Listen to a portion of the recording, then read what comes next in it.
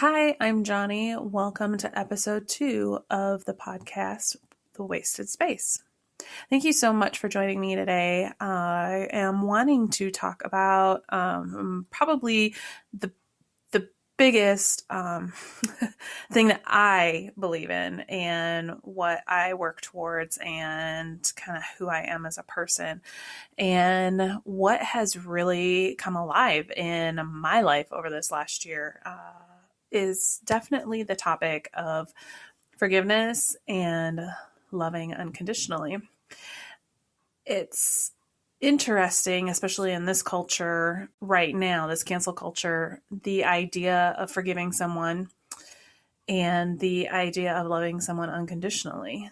It's not something that is talked about a lot anymore because why? Why allow toxic shit in your life? Why allow abuse or hurt or pain? Why give people second, third, fourth, fifth chances when it's clear that they don't value those kind of things? Trust me, I know both sides of that coin. I hear it and I understand it. And I don't think that this is applicable to everybody. I think that there are times, yes, where you have to say boundaries. And maybe it will take years before those boundaries help someone discover how to treat you better. That may happen. Or the boundaries keep you protected. Those are definitely kind of what boundaries are for. I do believe though, and I'm definitely coming to you from a place of real experience this last year. I do believe that there are some people who come into your life where it doesn't matter. It just does not matter how much or how often you get back into a position where you love them unconditionally. You get your heart and your mind and what you can and are willing to do needs to be unconditional. I think for me, the first and foremost would be, and as a mother, I can say this, would be my kids. It does not matter what, how much, if they need anything, how many times they tell me they hate me, which they haven't yet, but I expect that it will come eventually. There's hell hath no fury, no high waters, nothing. There is nothing that will ever stop me from loving them unconditionally and being there and forgiving them of their faults, forgiving them of anything that they do. That is just one example. And I kind of figured that for me, it would just stay with them. Unfortunately, and I don't know why or how, or, this is God's doing. But yeah, someone else landed on that list. And it has been probably one of the hardest life experiences that I've ever gone through. One where I want to completely shut down and say, fuck this idea of giving chances. Fuck this idea of unconditional love. It's not worth it. It's not for me. And yet every day I come across situations where I was like, oh, God, I just forgive and love unconditionally. So that's kind of how I'm setting this up. What I like to do when I go out on a date, single mom, go on dates, been going on quite a few lately.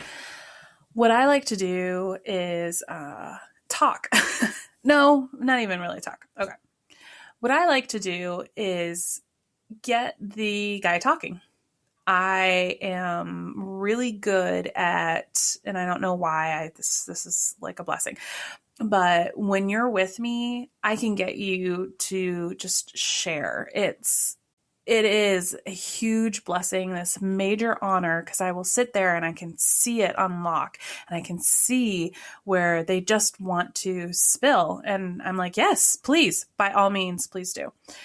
And it's made for some incredible conversations, made for some incredible moments, unique understandings, just intimate times with friends, with family, and now even meeting these guys. But what I've noticed is I tend to, or have started to, look for certain things that will, they're not red flags necessarily, but I'll go, that's a potential problem area.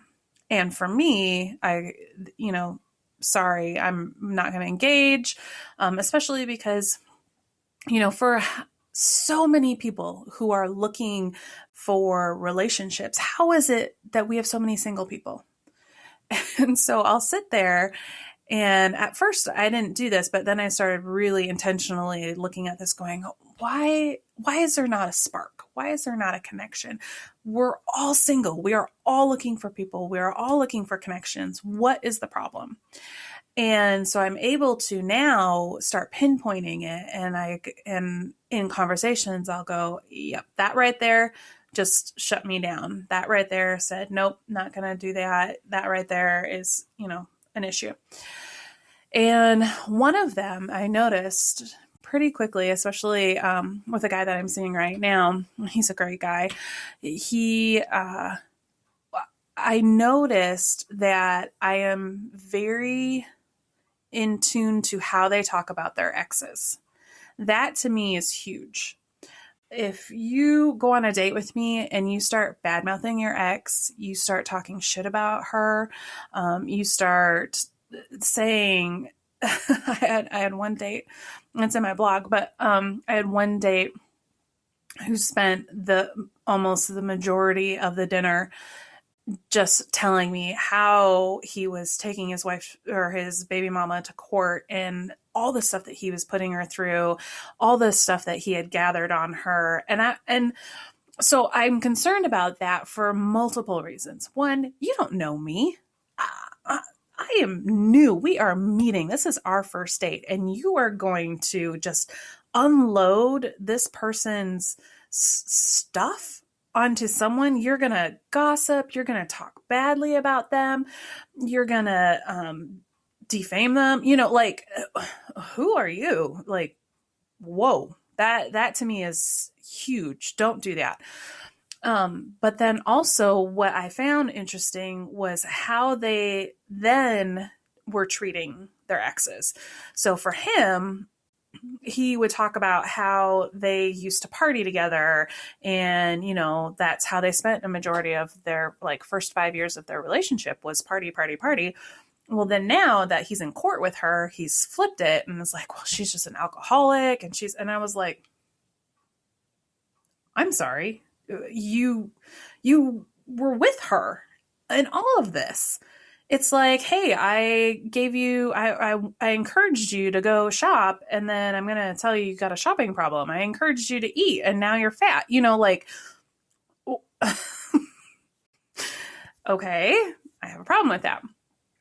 So then I'm like, okay, well, I'm definitely going to be on guard with you, because what are you going to use against me? One, if I tell you anything, you're just going to be throwing my shit out to everybody who will listen to you. But then two, what are we going to be doing that you're going to just, use against me some other time? No, thank you. That would be stupid. That would be me setting myself up. Because suddenly, it's not that I don't think people can change, but I think when in conflict, they revert back to what they know. I mean, I do. I have to consciously be engaged in an argument, because my go-to, the way that I have always worked is I'll just shrink back. I'll tell white lies. Oh, it's fine. It's fine. No, it's not a problem. Don't worry about it. No. Okay. Yep. Sure. Whatever you want. That's what I do. So that's in conflict. That is my natural go-to. So now I have to consciously work on being engaged, understanding my emotions, understanding what is me and what is them, what is something I can work on, what is something I need them to work on. I have to do that work, or I'm never going to change. And not a lot of people, honestly, right now, definitely not a lot of people are doing that, because a lot of people is just, it's me culture. It's me. I'm going to do this. This is how I'm going to behave. And whether you like it or not, you can be here. It's not a work in progress. So that is definitely one of the things I see. So that's the big one. But then I also, how they treat their exes. I had one guy that I went out on a date with. He was charming, and we probably saw each other. We went out, I don't know, 5 or 6 times, and I just couldn't figure out why there wasn't a spark. There was just something there, and I didn't understand it. Like, what is going on? Why can't I, maybe, and I kept this in mind. Maybe this is that whole, I'm still not over my ex kind of thing. So I was like, I'm just going to keep trying. I'm just going to keep going. And when I finally told him, I was like, let's call a spade a spade. We're done. It's not working. We're going to be friends. I'm good with that. He switched. All of a sudden, he was a different guy. All of a sudden, he was cold, shut down. And I was like, oh, there it is. That's what I was looking for. That's what I sensed. And as we sat in his living room, I was this is when I started learning that whole, like, what kind of questions I wanted to ask and how I wanted to, like, kind of maneuver the conversation. So I kind of got an understanding of who these people are, who these men were. And he started talking about his ex, and the one that he was really, because he had a hard breakup and didn't date for 2 years. And he said if she ever showed up, to my front door, it could be raining or storming outside, and I wouldn't let her in. I wouldn't even answer it. And I was like, oh, okay. You wouldn't even answer it?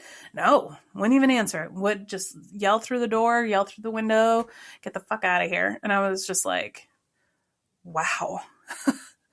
And I mean, I can think of one person in my entire life that I would probably consider doing that. I don't know that I would. I would probably be like, oh my God, I just want to, like, tell you to go fuck yourself. Leave me the hell alone. What the hell are you even doing here? That's it.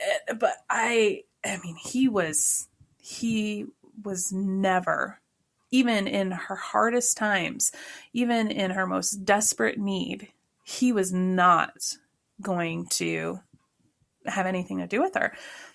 And I was like, well, yeah, that's not for me. That's not for me. And so I think that's where I started really focusing on, how is it that I want to live my life?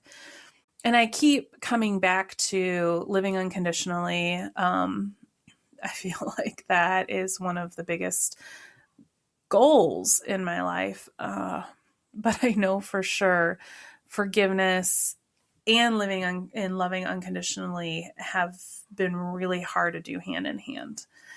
And for me as a person, what I tend to do is I either go, okay, yeah, we're done. It's over. Adios. See you later. Wish you the best. Au revoir.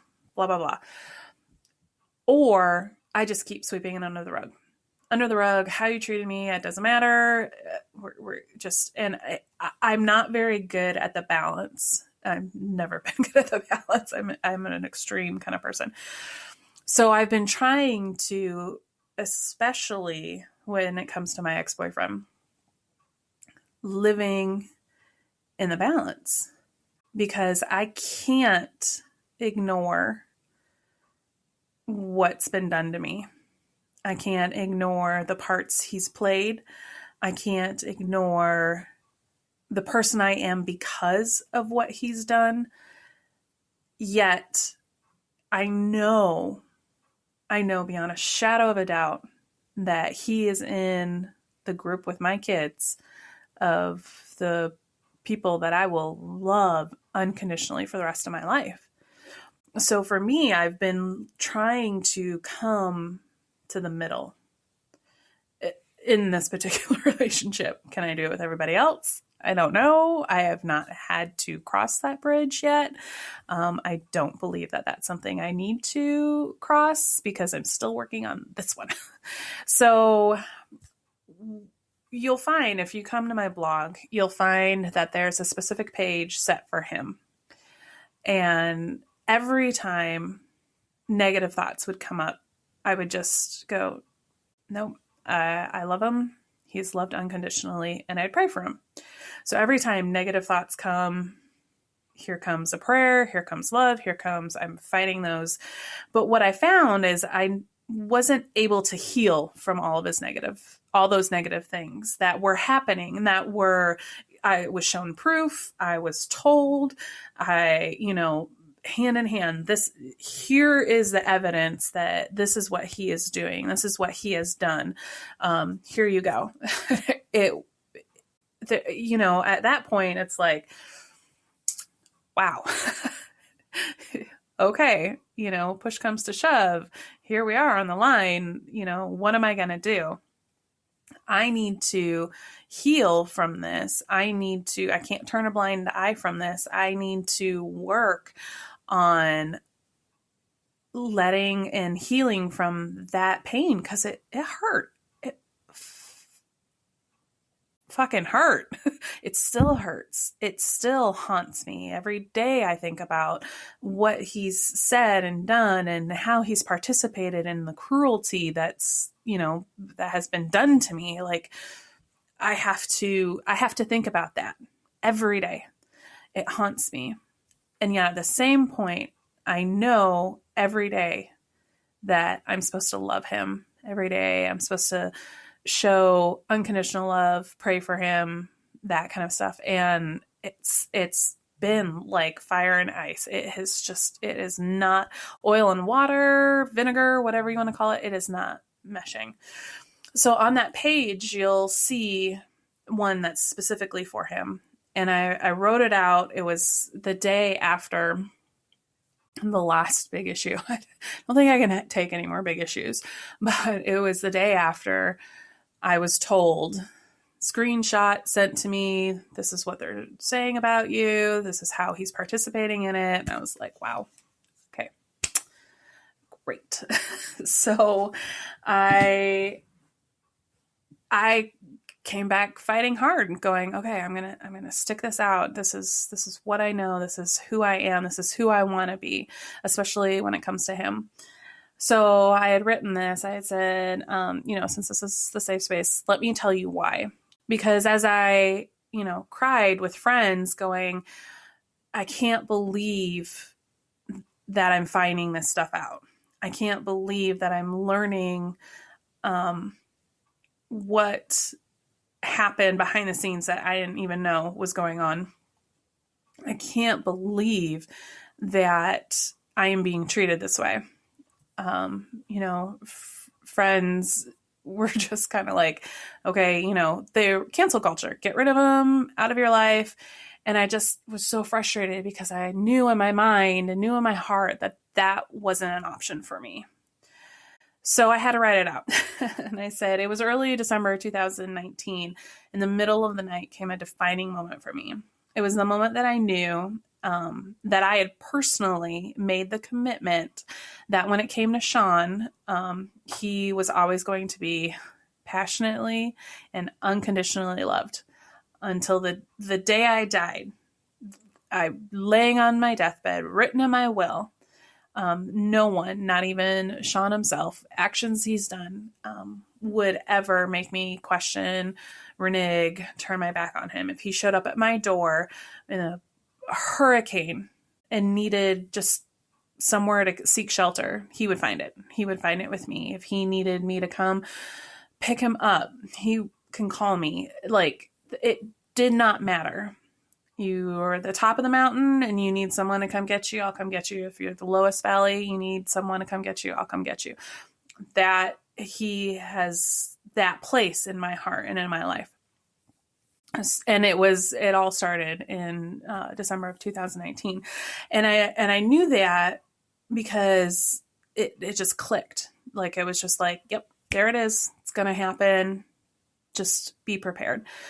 And I said on my blog, I said, I know his greatness. I know I know that he will make a difference in this world. I know that he has the best heart. I know that he has the kindest soul. I know that he is a true warrior and king. And I am committed to honoring him, defending his character, protecting him, praying for him, caring for him, and loving him unconditionally. I think it takes out the romantic aspect. I'm not an idiot. I don't think that we will ever embrace a romantic relationship again. And that's not because I don't love him. That's because I don't trust him. That's because everything that has happened, all the hurt that has come out of the year and however months we've been separated, it's just built a wall around my heart. And this is a different topic for a different time. Of course, I'm willing to, try with someone else, but unless, I don't know, something hits me over the head, I don't find myself ever willing to try with him again. And it's not because I don't love him, it's that I don't trust him. And I think that's the difference. There's no longer a romantic feeling in there, but there is a commitment. There is an honoring. There is, no matter what he needs, he will always have it here. And he may never need anything from me, and that's fine. But I know in my heart that I would never disparage him. I'm not going to talk shit about him. I'm not going to, the way those two men handled their exes, that's never going to be me. I will always love him unconditionally, but not in a romantic sense anymore. I said that commitment has been unequivocally challenged throughout the relationship, most definitely post-relationship. So, you can read through that. I love it on there. I think one of the biggest areas that I would love to help people in is forgiveness, and then what happens after. Some people don't even want to forgive, and I get that. Forgiveness is a lot more about what that does for you. When you don't forgive or any of those kind of things, you hold so much hate inside, and it's toxic, and it turns a person's heart and soul into just so much darkness. And forgiveness just lets all of that go. It has taken me a lot, not only to admit that I had to look at what was being put right in front of me. What was right in front of me was, hey, he was involved in this stuff. He, in some way, somehow, he has, and apart from the times that he said stuff to my face directly, the other cruel things that were happening to me, he was there somehow. And I don't have all the answers, but what I do know is I have all the pain. Every hurt that came out of that, every anxiety. There was a time where I didn't even I wouldn't read messages. I wouldn't answer phone calls. Technology was the devil. I didn't want anything to do with it, because with it came pain. So I've had to go from one extreme of just being like, okay, fuck you, fuck this, fuck the world, I'm over it, to the other extreme where I would just brush things under the rug. No, that's not, it's fine, it's good, I'm strong enough, I can handle it. I've had to, with this particular situation, is come to the middle where I can say, you know what, you hurt me. Your actions, your choices, you hurt me. And I don't think I deserved it, but two, it's made such an impact in my life, such a negative impact in my life that I have to carry. Your choices are what I have to carry. And that's not okay. That it shouldn't be like that. I'm having to mess with mind games every day. I'm the one who's not able to look in the mirror. I'm the one who hears all the shit that you said to me, who is now fearful of anonymous numbers because I'm going to be told that I'm disgusting or I'm a pig or I'm toxic, or your choices hurt me. But at the same time, you need coat off my back? Okay. You need me to carry you? Okay. I love you unconditionally, that because I'm able to forgive you, because I'm able to recognize that whatever reason you did those things, I still have chosen to forgive you, and I'm still choosing to love you unconditionally. I'm still choosing to do what I can to stick through that commitment that I made. And, you didn't ask me for it. That's fine. My kids didn't ask me for it either. My kids never asked me to be their mom, but I'm going to be their mom. I'm going to love them regardless. I'm going to love them unconditionally. I'm going to encourage them. They want to know if they're good enough. Ask me. I'll tell you. Sean, you want to know if you're good enough? Ask me. I'll tell you. You're incredible. You are good enough. You can do anything. I believe in you. That's unconditional love. And does it need to apply to everybody? Is that my life's goal, is to, get beaten up and then look at them and say, I love you anyways? No, thankfully, because I don't think I could make it. But it is something I'm passionate about right now, because sometimes, I'm probably not the only one who has gone through this. I'm probably not the only one who's trying to explain to their friends, why do you still care? Because I just do. People ask, why would you even give them the time of the day? Because I just will. Because that is what happened December 2019. I laid my head on that pillow that night and went, yep, okay. That's fine. Now, it's not happened with anyone else, and I'm good. Deuces. Hope everyone's great out there in their world. I'm definitely a cheerleader for everybody, but I think there are people who come into our lives where you just know that you've got to stick it out. And I'm here for those people who feel that, and how to do that, and just to be ready for whenever a bridge is going to be built, or whenever a need comes up, that you won't sit through a door watching someone suffer and say, fuck you. I don't think that that's the way we can make this world better. I think that makes the world worse. So, yeah, it's not popular opinion, but yeah, that's what I'm here for too. Thank you so much for listening. I appreciate it. And I hope you'll come back for episode 3.